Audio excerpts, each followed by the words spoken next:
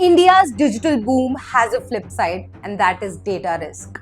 With everything from small retailers to big corporates moving online, protecting customer data is no longer optional.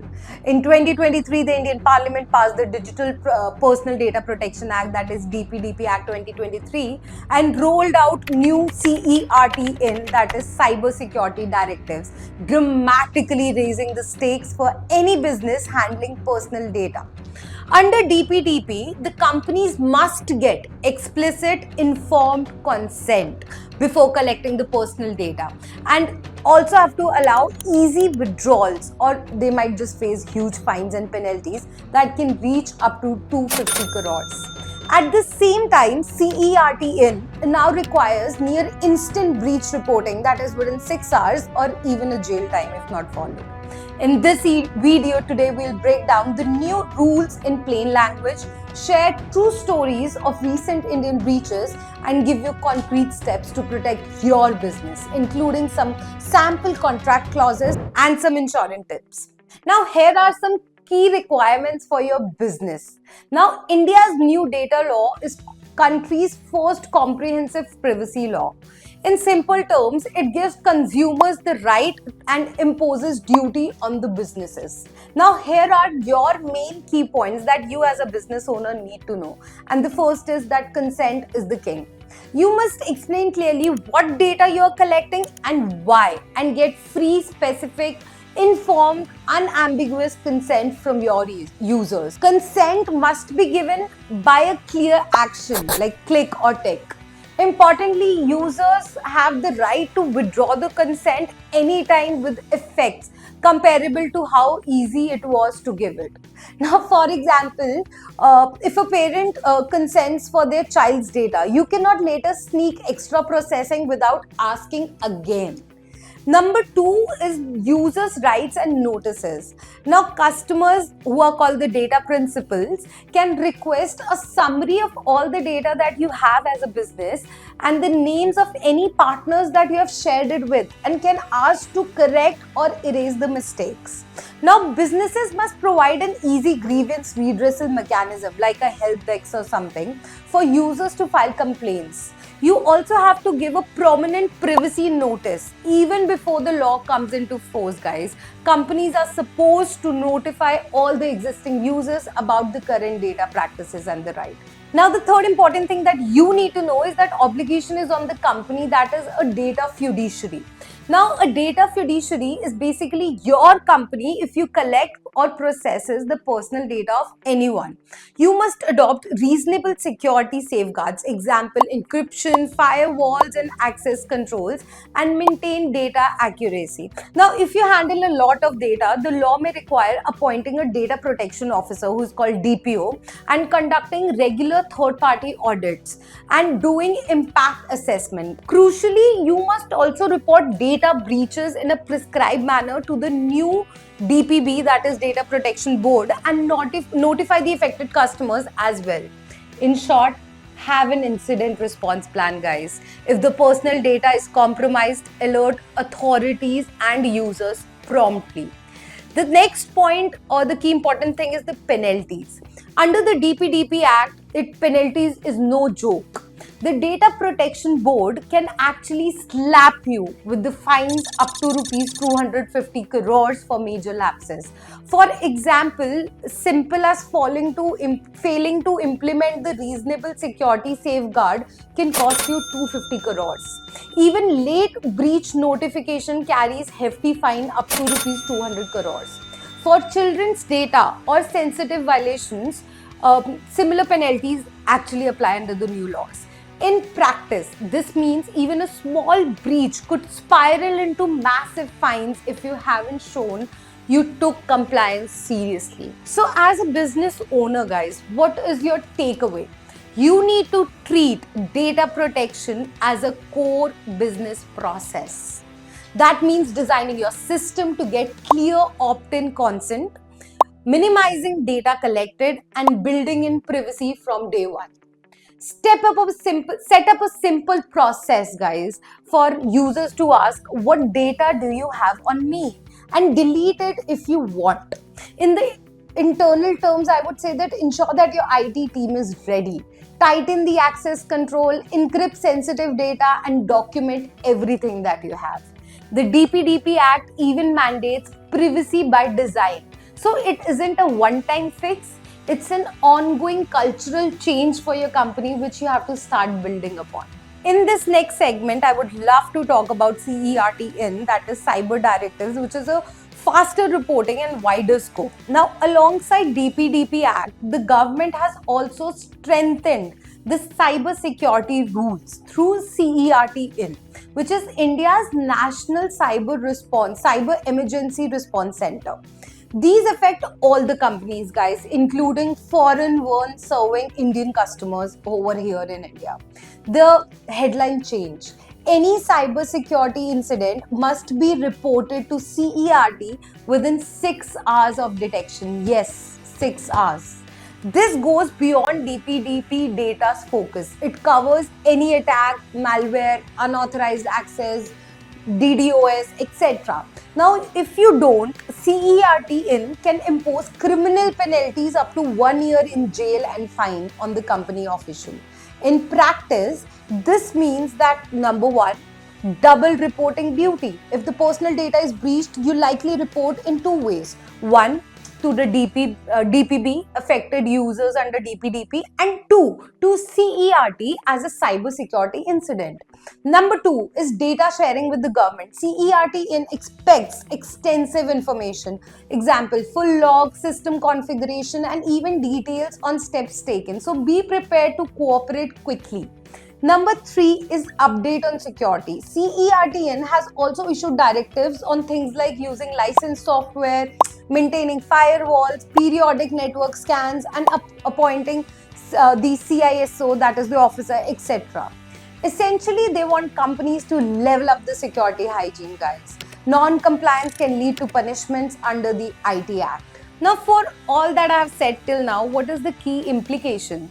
CERT in rule emphasize real-time detection and response. Your IT team must implement the monitoring incident playbooks and possibly a 24/7 watch. Guys, you'll have to do it.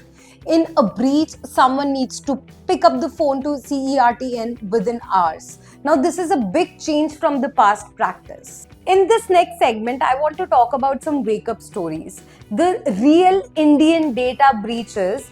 Now, seeing these rules in theory is one thing, but real incidents show why they matter. Now, consider these two vivid cases. Number one is Domino's India.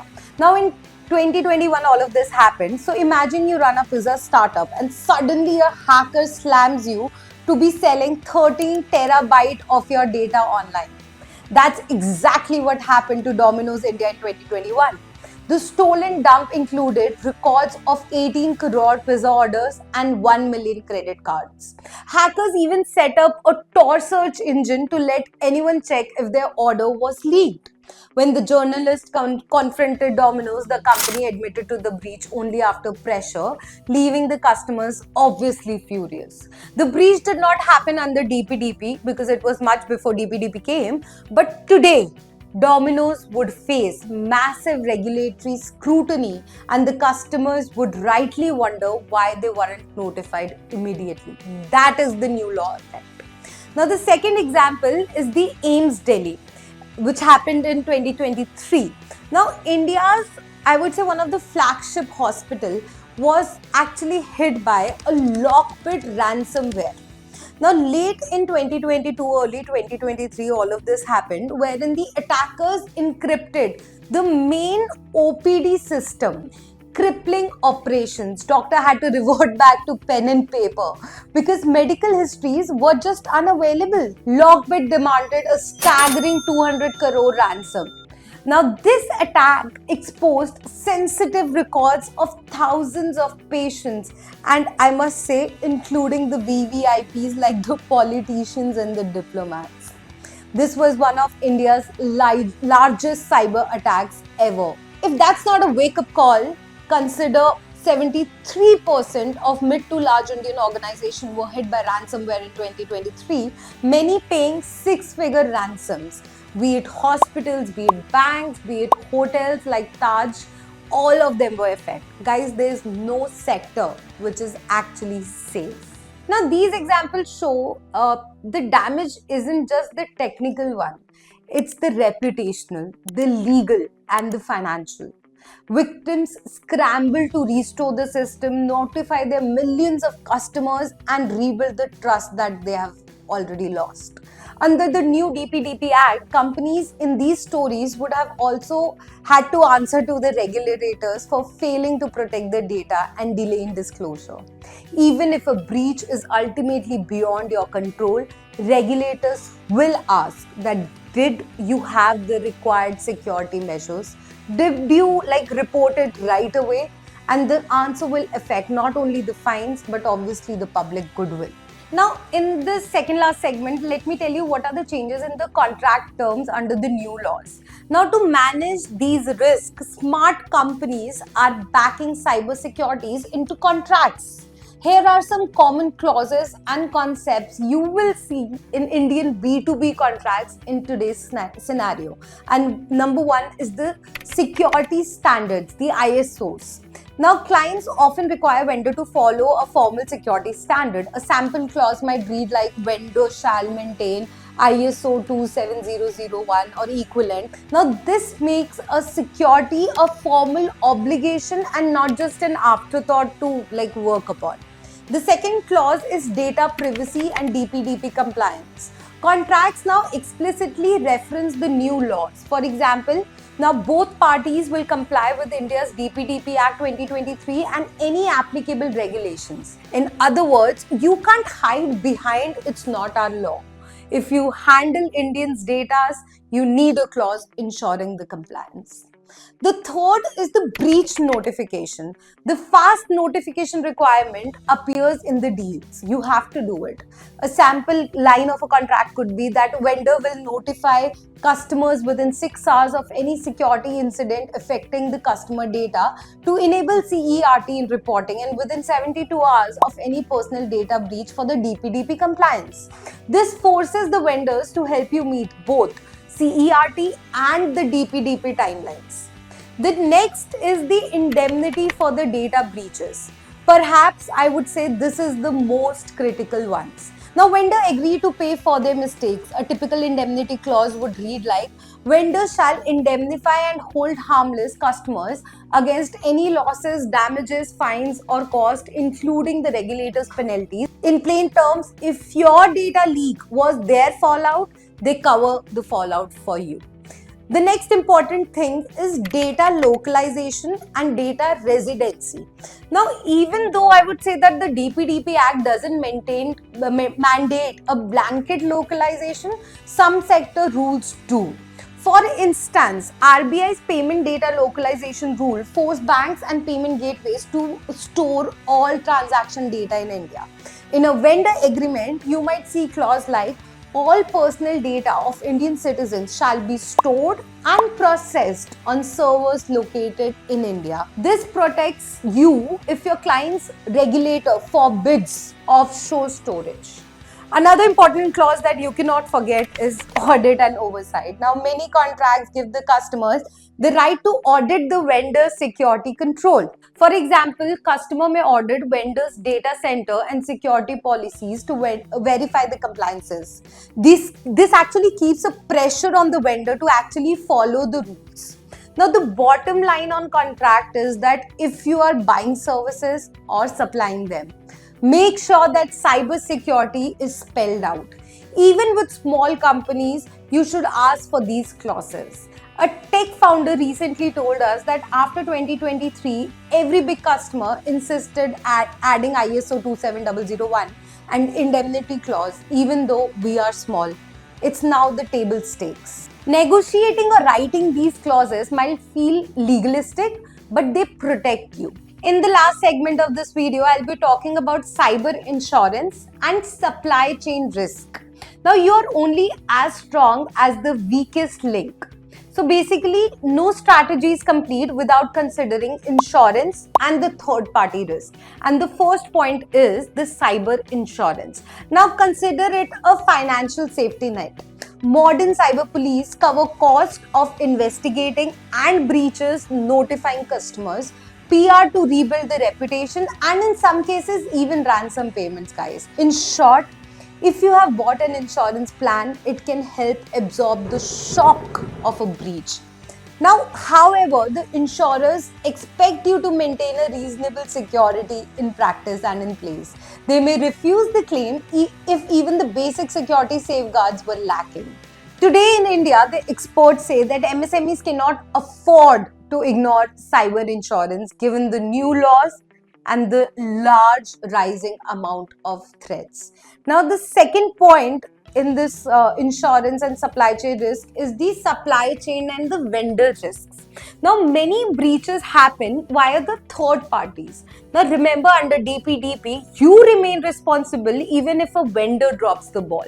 So, as one expert put it, you can outsource execution but not accountability under the Digital Personal Data Protection Act. For example, if your payroll software vendor gets hacked and leaks your employees' data, the regulators could still hold you on the hook if you don't enforce security with that vendor. And on this note, let me tell you a supply chain story. A mid-sized company in India lost data when its logistic partner's server was breached. Even though the breach happened at the partner, the company had to explain to the authorities how its customer data was actually exposed. Now they ended up paying for the investigations and also some compensations. Now, what is the lesson for you business owners? Your cybersecurity is only as strong as your weakest supplier, something I started with. Now, here are some action steps for you. Map out your vendor ecosystem. For each critical partner, verify whether they meet DPDP and CERT in rules. Now, require the proof and include those contract clauses that I've mentioned above. And double check the cyber security, the cyber insurance policy, because most brokers can advise on new Indian requirements. To end this video, I would just have few points. India's new data protection regime is here and it's strict, guys. The message for business owners is clear. Get ahead of these rules or pay later. Start by auditing how you collect and store customer data. Just review all the contracts, add those sample clauses that I've just talked about on your security standards, put in breach notifications and indemnity wherever your data goes. Consider a cyber insurance policy to cover of any mishap or eventuality. Above all, treat data like a valuable asset and the potential risk it has. By taking practical steps now, tightening the IT security, planning breach responses, and negotiating strong vendor agreements, you turn compliance into a competitive advantage. Your customers will feel safer and you will avoid surprise fines. Take action today to adapt in the new India's data protection era. I hope you find this video a little knowledgeable. Do not forget to hit that subscribe button, like the video if you like the content, and I'll keep seeing you in my upcoming videos.